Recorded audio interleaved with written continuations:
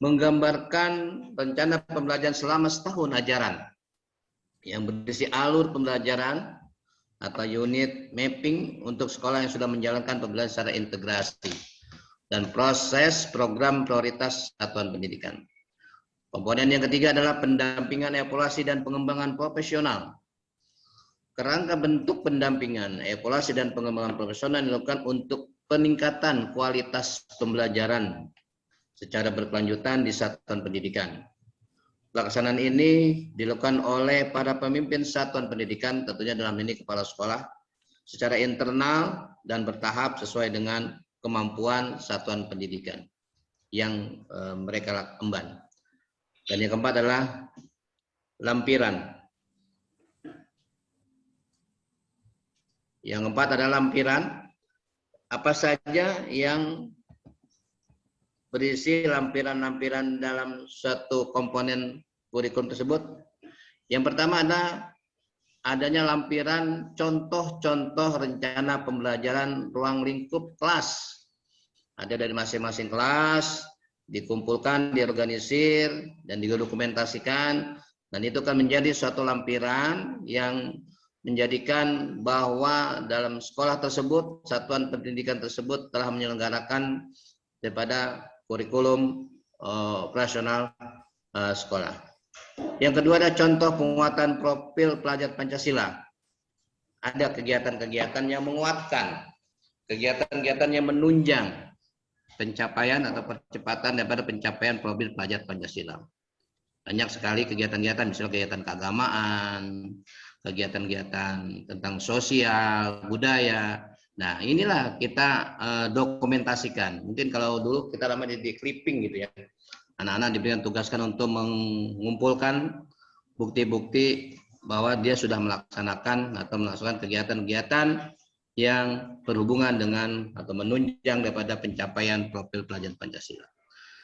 Yang ketiga adalah referensi landasan hukum atau landasan lain yang kontekstual dengan karakteristik sekolah. Ya. Bapak dan Ibu sekalian, selanjutnya adalah komponen kurikulum yang ketiga, yaitu karakteristik satuan pendidikan. Inilah perlunya kita menganalisis konteks. Perlunya analisis konteks dirumuskan dan sekolah untuk mengetahui karakteristik. Karakteristik atau ciri-ciri khusus sekolah yang menggambarkan keunikan sekolah. Dalam hal ini peserta didik, sosial budaya, guru dan pendidikan. Jadi karakteristik sekolah itu dapat kita diagnostik, dapat kita cek, dapat kita analisis.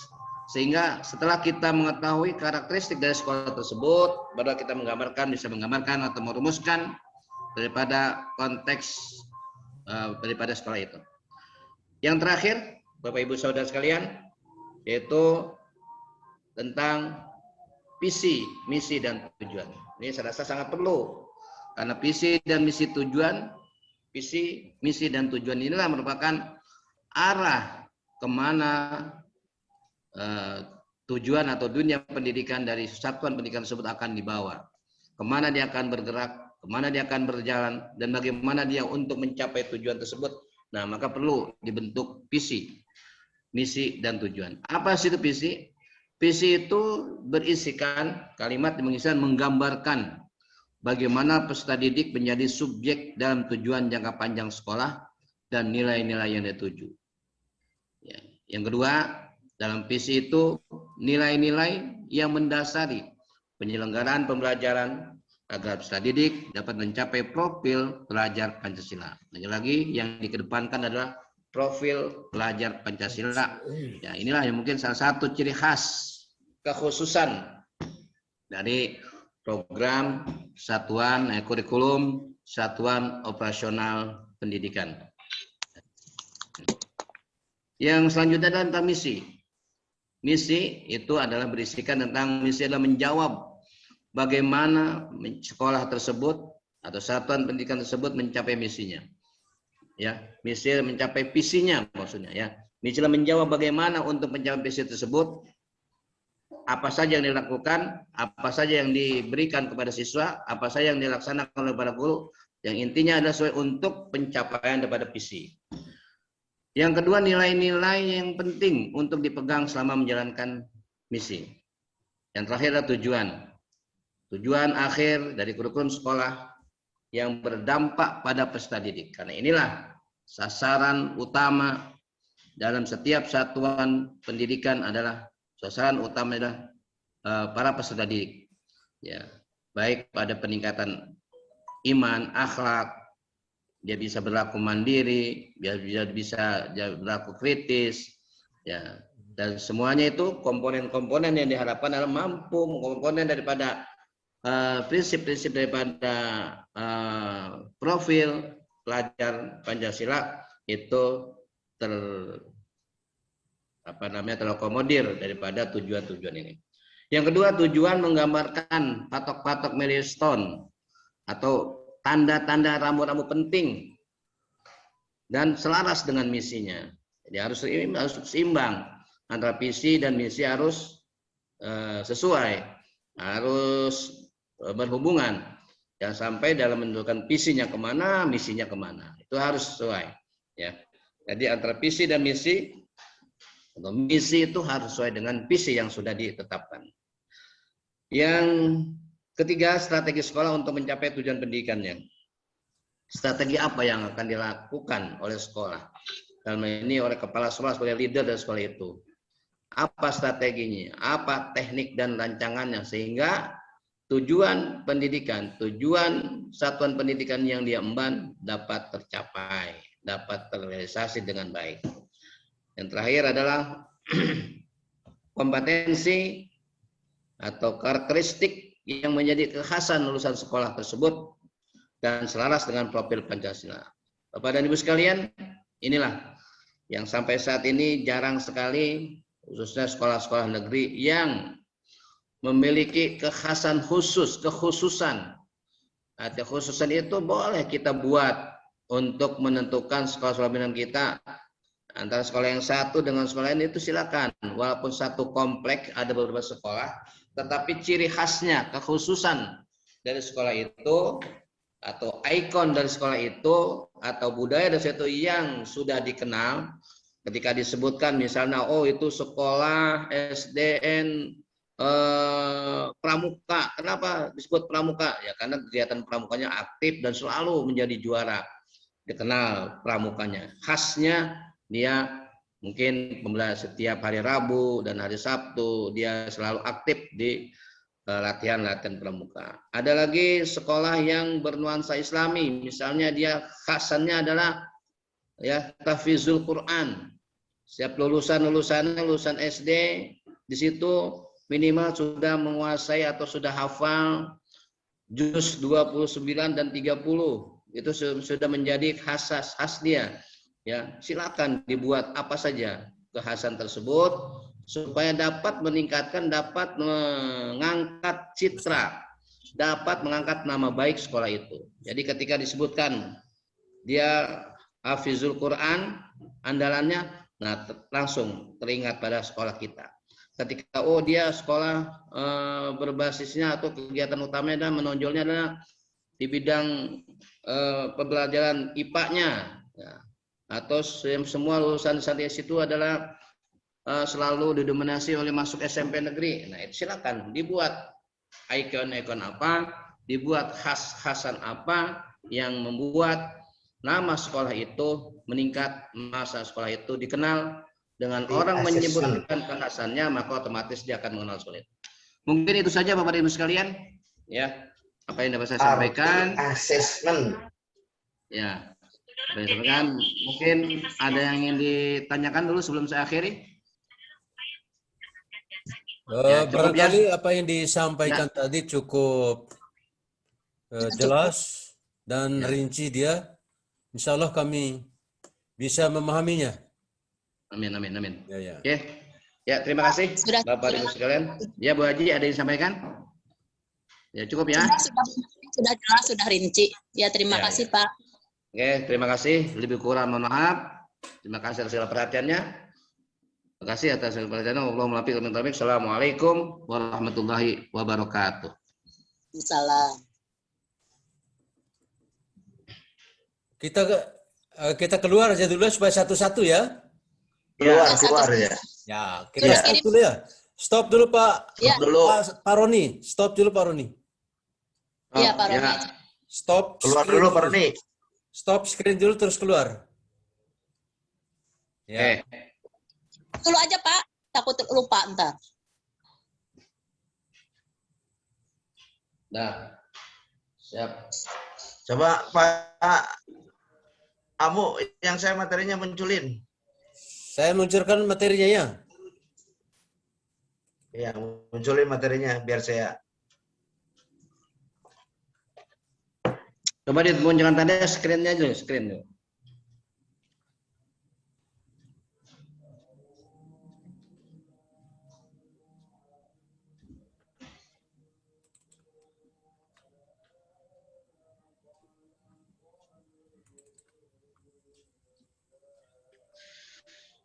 Udah kelihatan tuh?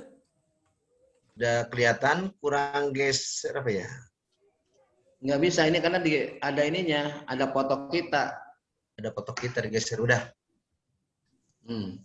Belakang bisa lah. Udah deh, balik lagi ke awal. Kenapa dibuang? Udah. Nah, tuh bisa dulu. Kenapa?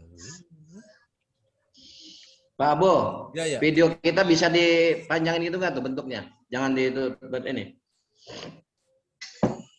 Iya, iya, iya. Bentar. Menyebar aja, menyebar. Ini kenapa dia bergeser begini ya? Heran saya ini. Udah nggak apa-apa, Pak Bu. Lah, udah nggak apa-apa. Nah, terus sudah ya. Suara saya terdengar nggak? Terdengar Ah. bagus. Dari mana Iya, mulainya udah ini? cukup dari atas saja, dari atas. Nanti kata saya up, ya di-upin ya. Ya. Ya udah siap untuk memulai. Siap. Ya. Siapnya. Nah, nanti kalau kata saya rekam, mulai rekam ya. Ya, ya. Next. Ya, mulai Pak Bu. Ya, ya. Bismillahirrahmanirrahim. Assalamualaikum warahmatullahi wabarakatuh. Teman-teman yang berbahagia, pada kesempatan ini saya ingin ikut berbagi presentase. Kalau tadi sudah disampaikan oleh Pak Haji Abu, Bu Neneng, dan Pak Roni, nah giliran sekarang saya, dan membawa judul tentang asesmen, yaitu lebih jelasnya adalah masalah asesmen formatif dan sumatif. Ya, ya. Naik ke atas, ya, asesmen formatif dan sumatif. Pada kesempatan ini, di materi ini saya sebenarnya ada 3 hal yang harus dipahami semuanya. Yang pertama tentang konsep asesmen formatif sumatif, yang kedua tentang bentuk asesmen, dan ketiga umpan balik. Namun kalau kita jelaskan satu persatu mungkin materinya terlalu banyak. Saya mungkin hanya sampai pada bentuk asesmen. Jadi yang akan kita bahas adalah konsep asesmen formatif dan sumatif. Yang kedua bentuk asesmen. Baik teman-teman sekalian, yang pertama konsep asesmen formatif sumatif. Di sini saya akan menjelaskan terlebih dahulu jenis asesmen ya. Ya, jenis asesmen yang kita kenal yaitu asesmen formatif dan sumatif. Asesmen dalam mencapai tujuan pembelajaran yang kita ketahui ada asesmen as learning gitu ya. Yang kedua ada asesmen for learning, yang ketiga ada assessment of learning. Nah, jadi kalau as learning itu adalah assessment sebagai pembelajaran, assessment sebagai pembelajaran. Yang kedua for learning, assessment untuk pembelajaran. Kalau of adalah assessment sebagai evaluasi pada akhir proses pembelajaran terhadap. Jadi assessment itu dilakukan terhadap pembelajaran. Ya, assessment as, for, dan or. Jadi of maksudnya. Sekali lagi assessment as itu assessment as for learning, as learning artinya assessment sebagai refleksi proses pembelajaran. Kalau assessment for learning ya artinya assessment untuk memperbaiki proses pembelajaran. Yang ketiga assessment of learning artinya asisten terhadap pembelajaran gitu isinya ya. Jadi as sebagai for-nya untuk, of-nya adalah terhadap. Lanjut. Yang pertama sesuai dengan tadi, kita akan mempelajari tentang konsep asesmen formatif dan sumatif. Teman-teman sekalian, sudah kita ketahui asesmen formatif ya, itu adalah yang pertama metode evaluasi yang dilakukannya untuk evaluasi proses. Jadi intinya penekanannya pada evaluasi proses ya, evaluasi proses. Jadi evaluasi yang dilakukan pada saat proses dan setelah proses. Pokoknya kisarannya proses. Yang kedua, asesmen formatif memantau pembelajaran murid. Ya. Jadi untuk umpan balik yang berkala dan berkelanjutan. Nah, yang ketiganya, bagi murid, asesmen formatif berfungsi untuk membantu murid ya, mengidentifikasi kekuatan dan aspek yang perlu dikembangkan. Pada saat proses tadi, terus di akhirnya ada asesmen yang dilakukan ya. Nah, setelah dilakukan, murid akan mengetahui, bisa membantu identifikasi terhadap kekuatan apa yang dia miliki kekuatan dan apa yang masih lemah. Yang keempat, bagi guru dan sekolah, asesmen formatif berfungsi untuk memberikan informasi mengenai tantangan apa saja ya terhadap murid dalam proses pembelajaran proyek ya, sehingga dukungan yang memadai dapat diberikan. Dan yang kelima, asesmen formatif dapat diberikan oleh guru, teman, dan atau diri sendiri. Artinya asesmen formatif dilakukan itu tidak hanya diberikan oleh guru, tapi bisa juga penilaian dari teman atau dari diri sendiri. Sedangkan asesmen sumatif, ini penekanannya asesmen dilakukan pada akhir pembelajaran. Kalau tadi pada proses ya, proses pembelajaran, kalau asesmen sumatif itu dilakukan di akhir pembelajaran. Asesmen yang sumatif seringkali memiliki ya,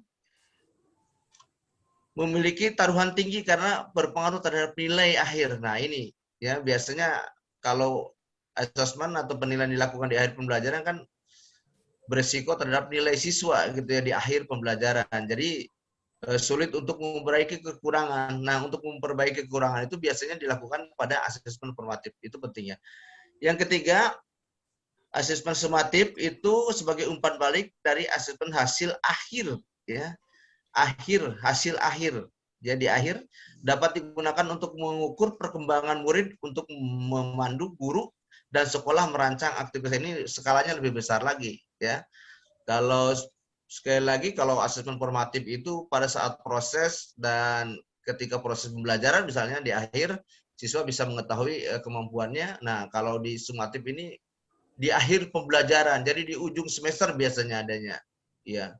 Biar di ujung-ujung akhir seperti itu baru bisa diketahui dan hasilnya adalah untuk umpan balik di semester berikutnya atau paling tidak di tahun berikutnya untuk perbaikan proses pembelajaran di sekolah tersebut. Itu barangkali konsep asesmen formatif dan sumatif. Lanjut. Nah, di sini tadi kan sudah ada kegunaan dari masing-masing asesmen. Asesmen formatif ya untuk guru misalnya bisa mengevaluasi, mengawasi pembelajaran murid, memastikan perkembangan murid, mengecek pemahaman murid, gitu kan. Dan untuk muridnya mengevaluasi pembelajaran murid, membangun pengetahuan, mengidentifikasi kekuatan dan kelemahannya, meningkatkan kemampuannya. Sedangkan di asesmen sumatif, untuk guru mengukur apakah murid sudah memenuhi capaian pembelajaran, atau meningkatkan pengajaran dan pembelajaran selanjutnya. Untuk muridnya memahami performa di akhir unit pembelajaran, di akhir unit sekali lagi di akhir unit pembelajaran. Yang kedua memantau apakah mereka sudah memenuhi capaian pembelajaran dan sejauh mana sudah mencapai akhir unit pembelajaran. Dari kedua asesmen ini maka akan ditemukan titik kesamaannya. Jadi artinya sama-sama memiliki fungsi yang sama karena kedua-duanya asesmen formatif dan sumatif, kedua-duanya adalah merupakan cara untuk menilai pembelajaran murid. Keduanya dilakukan asesmen sumatif dan formatif itu adalah untuk menilai pembelajaran murid. Yang kedua merupakan kesempatan untuk menerima dan memberikan umpan balik. Sama kan kedua-duanya sebagai umpan balik. Yang ketiga merupakan cara untuk mengevaluasi ya keefektifan pengajaran dan pembelajaran sama-sama. Jadi ini kesamaan dari kedua asesmen mau formatif maupun sumatif. Saya kira begitu. Selanjut. Nah, ini penekanan pada asesmen formatif. Jadi kondisi saat ini lebih berat pada kondisi asesmen of. Apa tadi of itu? Terhadap. Jadi penilaian dilakukan terhadap pembelajaran. Itu titik beratnya kan pada saat ini. Jadi berat sekali pada of-nya, terhadap. Jadi penilaian terhadap pembelajaran, ya. Sedangkan yang dua lagi, for dan as itu memiliki tingkat yang agak lebih ringan gitu ya. Jadi saat ini kondisinya berat pada of, ya. Of itu adalah terhadap, sekali lagi terhadap. Jadi dilakukannya asesmen penilaian adalah terhadap pembelajaran. Jadi pembelajaran sudah dilaksanakan itu baru diberikan penilaian. Jadi penilaian itu dilaksanakan untuk menilai tadi pembelajaran terhadap pembelajaran yang sudah dilaksanakan. Sedangkan as dan pornya porsinya masih ringan. Nah, harapannya adalah kurikulum saat ini bahwa bukan pada penekanan assessment of learning, tetapi penekannya pada assessment for learning, ya. Jadi assessment untuk pembelajaran dan assessment as learning, assessment sebagai pembelajaran. Jadi harus berat ke sini timbangannya. Kalau tadi yang beratnya of learning-nya, nah, harapan baru di kurikulum sekarang ini adalah berat pada for learning dan as learning. Jadi kondisi saat ini penekanannya harus jelas. Jadi jelas sekarang penekanannya pada dua aspek for dan as. Sedangkan of masih juga diberikan kesempatan untuk porsinya tidak terlalu berat. Lanjut.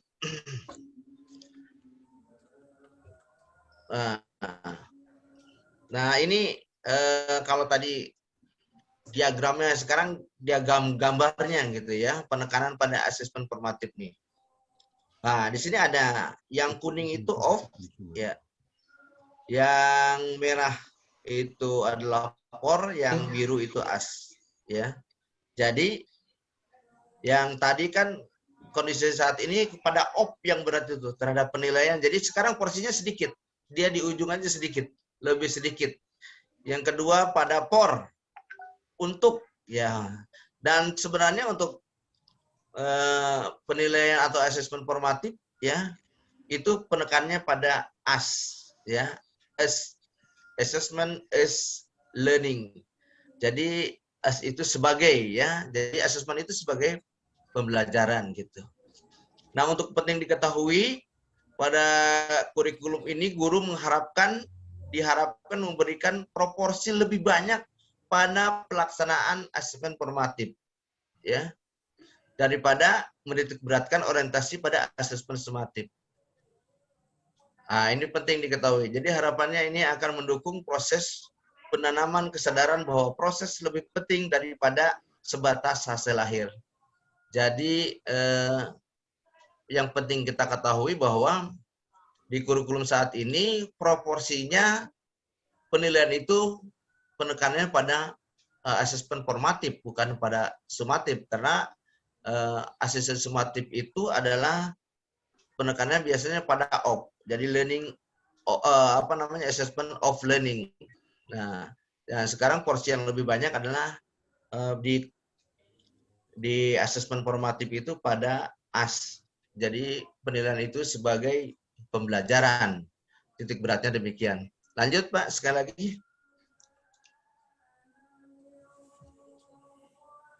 Nah, ini penekanan pada asesmen formatif, membangun keseimbangan asesmen. Nah, ini kita akan bangun keseimbangan ya antara asesmen formatif dan sumatif, ya. Jadi apa itu? Jumlah asesmen formatif sebaiknya lebih banyak daripada jumlah asesmen sumatif. Kenapa harus lebih banyak? Karena memang kalau asesmen formatif itu pada proses pembelajaran, ya. Jadi sedangkan sumatif pada di akhir. Nah, ini perbedaan. Jadi penekanannya harus lebih banyak. Yang kedua, tujuan asesmen formatif adalah untuk memperbaiki dan mengembangkan diri. Nah, ini ya. Yang ketiganya, membangun keterkaitan antara asesmen sumatif dan formatif dengan merancang asesmen formatif yang berkontribusi pada tugas sumatif, dapat menurunkan beban kerja murid dan memperjelas relevansi tugas formatif. Saya kira satu materi ini aja sudah cukup banyak, Pak Abu ya. Saya kira cukup ya dari saya penyampaian tentang masalah asesmen sumatif dan asesmen formatif. Ya, terima kasih atas perhatiannya. Assalamualaikum warahmatullahi wabarakatuh. Waalaikumsalam warahmatullahi wabarakatuh. Tutup. Kita tutup dulu ya. Udah cukup. Ya. Udah Bang. Ya. Ya cukup deh. Ya cukup. Cukup ya. Sudah lama itu. Alhamdulillah. 15 menit. Nanti saya kirim anunya, filenya nanti ya. Nah, dicambung-cambung, dikirim ya gitu ya, biar kita nanti. Terus Pak Bu, tugas-tugasnya udah selesai Pak Bu? Belum. Setelah ini nanti. Ya, setelah ini ya. Setelah sholat maghrib ya. Ya. Setelah Nanti kita sholat maghrib. tanya-tanya juga. Sebentar lagi Ya. sholat maghrib saya nih. Ya, Ya. iya benar. Tinggal Lupa kirim ya 10 menit. Pak Bu, jangan lupa kirim dulu ya. Oke dah ya. Ya, Nanti nanti kirimnya tenang selesai aja lah sholat. kirim. Selesai sholat ya. Iya, sholat dulu ya. Ya, sholat dulu. Sholat dulu ya. Ya, silakan Pak Bu. Oke, tutup guys, ya, saya tutup permisi ya. dulu ya. Assalamualaikum Ya, warahmatullahi tutup ya. wabarakatuh. Waalaikumsalam warahmatullahi wabarakatuh. Tuh.